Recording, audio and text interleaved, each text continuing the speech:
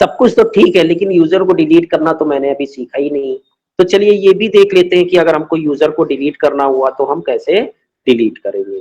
तो यूजर को डिलीट करने के लिए कमांड क्या है, यूजर टेल। ठीक है, तो you can delete the user student with user del. The -r option of user del will also remove the home directory. यानी सिर्फ अगर आप -r ऑप्शन नहीं लगाओगे, यूजर डेल स्पेस यूजर का नाम दे दोगे तो यूजर तो डिलीट हो जाएगा, पर उसकी होम डायरेक्टरी रिमूव नहीं होगी। यानी उसने जिन फाइलों पे काम किया होगा वो फाइलें रहेंगी सिस्टम पर। लेकिन अगर आप चाहते हो यूजर के साथ साथ उसकी फाइलें भी रिमूव हो जाए, यानी होम डायरेक्टरी भी रिमूव हो जाए, तो यूजर डेल के साथ में आपको -r ऑप्शन लगा के तब यूजर का नाम देना होगा। ठीक है, तो चलो ये भी हम लोग चेक कर लेते हैं। तो यहां पर हम लोग आते हैं वापस रूट पे और यहां पर लिखते हैं यूजर डेल स्पेस यूजर 4। मैं -r ऑप्शन नहीं लगा रहा हूं और एंटर की प्रेस करता हूं और अब ग्रैब करके देखता हूं क्या यूजर 4 की इंफॉर्मेशन etc पास wd फाइल के अंदर है। ठीक है, तो चूंकि यूजर डिलीट हो चुका है तो ये कुछ भी प्रिंट नहीं होगा क्योंकि उस फाइल से उसकी इंफॉर्मेशन हट चुकी है। लेकिन इसकी होम डायरेक्टरी होनी चाहिए, तो ls करके अगर मैं इसकी होम डायरेक्टरी को देखूं तो जो है यहाँ पर यूजर 4 होना चाहिए। तो देखिए यूजर 4 अभी भी ठीक है। लेकिन इसी के साथ में अगर मैं -r ऑप्शन के साथ में कोई यूजर डिलीट करता हूं, जैसे user del space -r space user 3 को रिमूव करूं, ठीक है, और एंटर करूं, अब मैं ls करके आपको दिखाऊं होम के अंदर, तो देखो यूजर 3 की होम डायरेक्टरी आपको नहीं दिखेगी, यानी होम डायरेक्टरी भी रिमूव हो चुकी है। और अगर मैं ग्रैब करके इसको देखूं यूजर 3 को, तो वो भी पास wd से भी उसकी इंफॉर्मेशन रिमूव हो चुकी है। ठीक है, एक चीज और मैं बता दूं, जब भी आप यूजर क्रिएट करते हैं तो यूजर के नाम से यूजर का ग्रुप भी बनता है, जो उस यूजर का क्या होता है, प्राइमरी ग्रुप होता है। यानी अगर मैंने यूजर 1 यूजर 2 बनाए हैं तो यूजर 1 नाम से और यूजर 2 नाम से ग्रुप भी बना होगा, और उस ग्रुप की इंफॉर्मेशन जो आप देखना चाहो तो टेल कमांड से आप देख सकते हो, ग्रुप की इंफॉर्मेशन ईटीसी के अंदर ग्रुप नाम की फाइल में होती है। तो आप देखो यूजर 1 और यूजर 2 नाम का ग्रुप भी बना हुआ है। ठीक है, और ये जो ग्रुप है वो उस यूजर का प्राइमरी ग्रुप कहलाता है। यानी जितने यूजर बने होंगे उतने ही ग्रुप भी आपके सिस्टम पर, बाकी तो सिस्टम के ग्रुप और भी बने हैं, लेकिन जो यूजर आप बनाते हो उसके ग्रुप भी बने होते हैं, जो उस यूजर का क्या कहलाता है, प्राइमरी ग्रुप कहलाता है। ठीक है, ओके। तो क्रिएटिंग होम डायरेक्टरी। अच्छा, यूजर को मैनेज करते समय एक चीज मैं आपको और बता देता हूं। जैसे मान लीजिए आप किसी यूजर में जाते हैं, मैं स्विच कर जाता हूँ, स्विच यूजर 1 में स्विच कर जाता हूँ, यूजर 1, और एंटर करता हूँ, तो हो सकता है कभी आप बाय चांस आप rm कमांड यूज करें, -rf कर दें और स्टार कर दें। ठीक है, स्टार डॉट स्टार जैसे मैंने कर दिया और एंटर कर दिया, तो अब यहाँ पर अगर आप देखेंगे ls करके तो कोई भी फाइल नहीं है, और ls -a करेंगे तब भी। अच्छा, बैश वाली फाइलें हैं, तो मैं यहाँ पर क्या करता हूँ, इसको इस तरह से रिमूव कर देता हूँ। ठीक है, और मैं क्लियर करता हूँ, क्लियर, और अब मैं ls-a करके देखता हूँ तो वो भी फाइलें रिमूव हो गई, यानी जो हमारी प्रोफाइल फाइलें थी वो भी रिमूव हो गई। तो मैं एग्जिट कर देता हूँ और वापस स्विच करता हूँ यूजर 1 से, तो ls स्पेस -a करके देखूं तो यहाँ पर देखिए आपकी बैश हिस्ट्री और कैसे फाइल आ गई है, लेकिन बैश आरसी और वो फाइलें कॉपी नहीं हुई। तो आप कैसे करोगे, तो इसको करने के लिए आपको क्या करना होगा, एग्जिट करिए और रूट से आप ये कमांड चला सकते हैं, cp स्पेस etc के अंदर, अभी मैंने बताया था कहाँ से कॉपी होके आती हैं, तो ईटीसी के अंदर स्किल के अंदर जितनी भी फाइलें हैं इनको कॉपी कर दो, कहाँ पर, होम के अंदर यूजर 1 के अंदर। ठीक है, एंटर कर देंगे। अब आप जब यूजर 1 में जाओगे और वहां पर -a करके देखोगे, आई थिंक कॉपी नहीं हुई, तो एग्जिट कर देते हैं। तो फिर से मैं कॉपी वाला कमांड चला देता हूँ, डॉट स्टार वाली जितनी फाइलें हैं, ठीक है, एंटर कर देते हैं। तो यहाँ पर अब स्विच करके अगर हम देखें यहाँ पर, तो देखिए सारी फाइलें कॉपी हो चुकी है। एक्चुअली RHEL 8 या उससे पहले वाली वर्जन्स में क्या होता था, जब आप फाइलों को जो है रिमूव कर देते थे होम डायरेक्टरी की सारी फाइलों को, तो ये यूजर वन ये नेम नहीं शो करता था। तो यहाँ पर बैश और समथिंग डॉलर बन के आता था। तो नेम यहाँ पर रिप्रेजेंट हो तो उसके लिए उसकी लॉगिन फाइलों का होना जरूरी था। तो आप इस तरीके से उन लॉगिन फाइलों को वापस ला सकते, ठीक है। तो अब नेक्स्ट टॉपिक यहाँ पर देखते हैं कि आपको मान लीजिए होम डायरेक्टरी क्रिएट करनी है, किसी यूजर की होम डायरेक्टरी क्रिएट करनी है। या मैं नहीं चाहता होम के अंदर उसकी होम डायरेक्टरी बने, कहीं और होम डायरेक्टरी बने।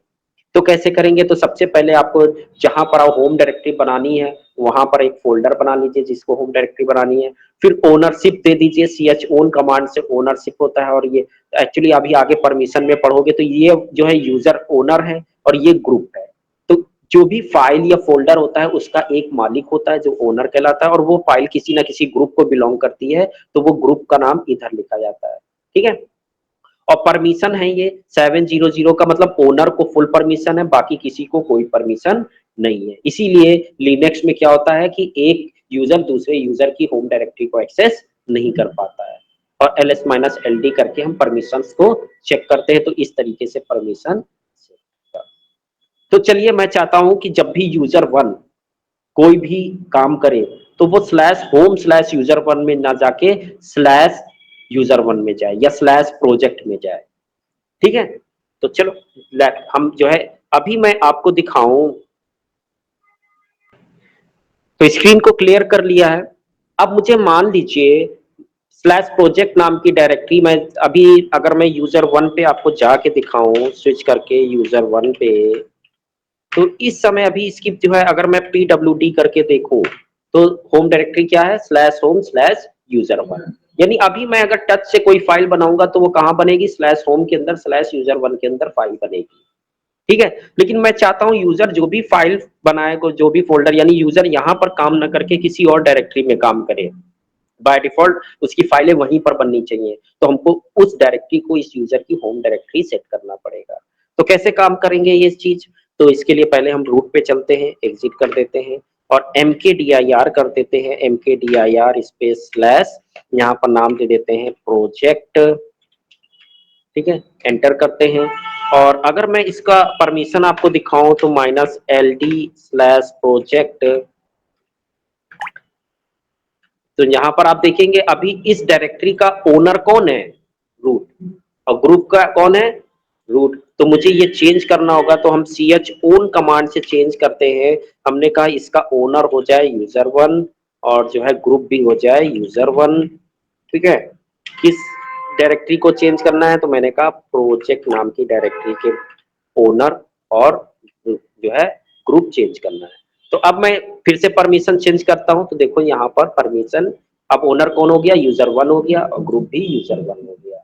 लेकिन अभी अदर के लोगों को भी परमिशन है अंदर आने की, तो मुझे परमिशन चेंज करनी है, तो यहाँ से chmod कमांड से परमिशन चेंज की जाती है। तो मैंने कहा ओनर के अलावा कोई भी इस डायरेक्टरी के अंदर ना आ सके, तो यहाँ पर मैंने दे दिया परमिशन। तो अब मैं ld करके देखूंगा तो ये मैंने सेट कर दिया। अब मुझे क्या करना है, यूजर वन की होम डायरेक्टरी सेट करनी है, तो मैं यहाँ पर लिखूंगा, क्योंकि बने हुए यूजर में मॉडिफिकेशन करना है, तो यूजर मॉड और -t, ठीक है। t मतलब डायरेक्टरी क्या रहेगी, /project, क्या रहेगा, प्रोजेक्ट, किस यूजर की, यूजर वन की। एंटर कर दिया, ठीक है।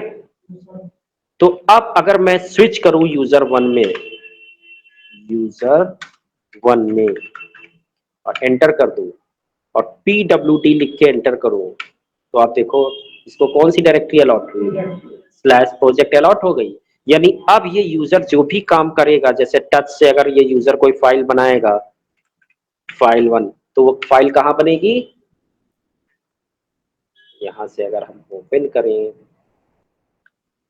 तो अभी देखिए अदर लोकेशन पर जाएं, कंप्यूटर के अंदर जाएं, यहाँ पर प्रोजेक्ट डायरेक्टरी दिखेगी, ठीक है। अब ये चूंकि स्टूडेंट है, यूजर वन तो है नहीं, इसलिए ये अंदर नहीं जा पा रहा है, तो स्टूडेंट का पासवर्ड दे दिया। तो चूंकि स्टूडेंट व्हील ग्रुप का है तो सूडो वाली परमिशन से ये अंदर चला गया, देखो फाइल 1 यहाँ पर बन गई। ठीक है, तो इस तरीके से हम यूजर की होम डायरेक्टरी को क्या कर सकते हैं, चेंज कर सकते हैं। चलो, तो इसी ये लॉगिन सेल मैंने बता ही दिया, CHSH। ठीक, तो CHSH क्या है, जैसे अभी हमने बताया कि जो सेल होती हैं वो आपके सिस्टम पर कितनी सेल है, चेंज करना तो मैंने बता ही दिया है। ठीक है, लेकिन आपको अगर देखना हो या चेंज करना हो सेल, तो हम क्या कमांड यूज करते हैं, CHSH। ठीक है, -L से आप देख सकते हो आपके सिस्टम पर कितनी सेल हैं। तो मैं इसको क्लियर कर देता हूं। तो मैंने यहाँ पर लिखा CHSH-L करके देखा तो हमारे सिस्टम पर इतनी सेल हैं, बिन SH, बिन बैश, USR बिन SH और USR बिन बैश। ठीक है, कोई सेल अगर जो है मैं यहाँ पर देख लेता हूँ पिंग करके, पिंग google.com, तो रिप्लाई आ रहा है। तो अगर आपकी मशीन पहले से रजिस्टर्ड है, आपने RHL पर अगर इसको रजिस्टर कर रखा है, तो आप क्या कर सकते हो, कोई भी पैकेज इंस्टॉल कर सकते हो, कोई भी सेल इंस्टॉल कर सकते हो। जैसे मैंने लिख दिया यम इंस्टॉल, हमको ZSH चाहिए, ये वाली सेल चाहिए, ZSH सेल, तो एंटर करते हैं।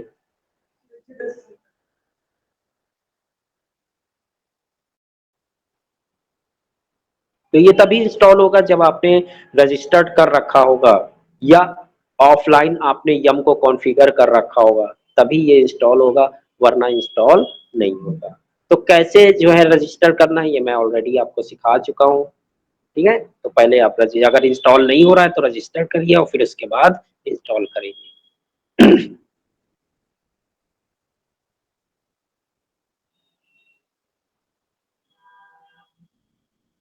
जब तक के इंस्टॉल हो रहा है आगे चलते हैं, हम लोग देख लेते हैं। तो यहाँ पर अगर देखें अबाउट यूआईडी, तो 1 से लेके 999 ये रिजर्व होती हैं सिस्टम सर्विसेज के लिए। आप जो यूजर यूआईडी नंबर यूज करते हैं वो 1000 से या आगे की तरफ के नंबर मिलते हैं। आप 60,000 यूजर एक RHL मशीन के ऊपर क्रिएट कर सकते हो। ठीक है, अब जैसे आपको यूआईडी नंबर चेंज करना है तो मैंने बता रखा है, -U करके न्यू आईडी नंबर दे देंगे और यूजर का नाम दे देंगे तो यूआईडी नंबर चेंज हो जाएगा। ठीक है, और इसी तरह से आपको ग्रुप आईडी चेंज करना है तो -G करके न्यू ग्रुप आईडी दे देंगे तो ग्रुप आईडी भी चेंज हो जाएगा, g देना है। नया लॉगिन नेम आपको चाहिए, पुराना लॉगिन नेम हटाना है आपको, तो यूजर मॉड -L करके आपको क्या कर देना है, न्यू लॉगिन नेम देना है और फिर स्पेस करके यूजर का नाम, यानी वही पुराना लॉगिन नेम हो जाएगा, एंटर कर देंगे। अब न्यू वाले लॉगिन से आप नेम से लॉगिन कर पाएंगे। ठीक है, होम डायरेक्टरी कैसे चेंज होती है मैंने करके दिखाई दिया है। पासवर्ड को एक्सपायर करना है, यानी पासवर्ड जब भी यूजर लॉगिन करे तो उससे पासवर्ड मांगे। यूजर जैसे विंडोज में जब आप यूजर बनाते थे तो next log on password change का ऑप्शन आता था, तो आप चाहते हो यूजर बन जाए, सब कुछ हो जाए, लेकिन जैसे ही यूजर लॉगिन करे तो उससे पासवर्ड चेंज करने के लिए कहे तो आपको क्या करना, लिखना होगा पास WD space hyphen hyphen expire space user का नाम। तो जैसे ही यूजर लॉगिन करेगा उससे पासवर्ड चेंज करने के लिए रहेगा।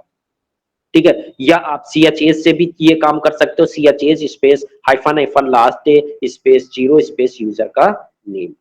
ठीक है, तो या नो लॉगिन सेल आप जो है जैसे मान लो आप चाहते हो डिसेबल करना यूजर को, तो यूजर को डिसेबल करने के लिए आप उसको नो लॉगिन सेल दे दीजिए। ठीक है, तो यूजर आपका क्या हो जाएगा, डिसेबल हो जाएगा। और या तो आप कैप यूजर मॉड के साथ -L और यूजर का नाम दे दीजिए, तो यूजर का अकाउंट लॉक हो जाएगा, जब लॉगिन करेगा तो लॉगिन नहीं कर पाएगा। और अनलॉक करने के लिए आप -U दे देंगे, यूजर मॉड स्पेस -U और यूजर का नाम, तो यूजर अनलॉक हो जाएगा, यानी लॉगिन होना शुरू हो जाएगा। तो ये आपको लैब एक्टिविटी करनी है। ठीक है, पहले आप कमांड की प्रैक्टिस करिएगा, उसके बाद ये लैब एक्टिविटी आपको करनी है। चलिए देखते हैं। तो यहाँ पर पूछ रहा है इंस्टॉल करना है, मैंने कहा यस,